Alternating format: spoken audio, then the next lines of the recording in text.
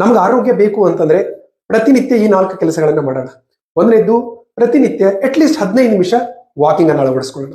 15 minutes ವಾಕಿಂಗ್ಗೆ, ಇನ್ನು 15 ನಿಮಿಷ ಎಕ್ಸರ್ಸೈಸ್ಗೆ. ನಿಮಗೆ ಏನು ಇಷ್ಟ ಆಗುತ್ತೋ ಎಕ್ಸರ್ಸೈಸ್ ಮಾಡಿ, ಅಟ್ಲೀಸ್ಟ್ ಪ್ರತಿನಿತ್ಯ 15 ನಿಮಿಷ.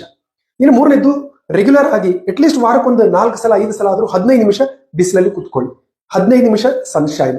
ಇನ್ನು ನಾಲ್ಕನೇದು, ಪ್ರತಿನಿತ್ಯ ಒಂದು 15 ನಿಮಿಷ ಧ್ಯಾನಕ್ಕೆ ಕೊಡಿ. ನೀವು ಬೆಳಿಗ್ಗೆ ಆಗಿಲ್ಲ ಅಂದ್ರೆ ರಾತ್ರಿ ಮಲ್ಕೊಳ್ಳುವಾಗ ಮಾಡಿ. ನನ್ನ ಯೂಟ್ಯೂಬ್ ಚಾನಲ್ ಅಲ್ಲಿ ತುಂಬಾ ಧ್ಯಾನದ ವಿಡಿಯೋಗಳನ್ನ ನಾನು ಹಾಕಿದ್ದೇನೆ, 10 ನಿಮಿಷದಿಂದ 30 ನಿಮಿಷದವರೆಗೂ. ಅಟ್ಲೀಸ್ಟ್ ಒಂದು 15 ನಿಮಿಷ ಪ್ರತಿನಿತ್ಯ ಧ್ಯಾನ ಮಾಡಿ. ಈ ಒಳ್ಳೆಯ ಸಣ್ಣ ಸಣ್ಣ ರೂಢಿಗಳನ್ನ ನಾವು ಅಳವಡಿಸ್ಕೊಂಡಾಗ ನಮ್ಮ ಆರೋಗ್ಯ ನಿರ್ಮಾಣವಾಗುತ್ತೆ.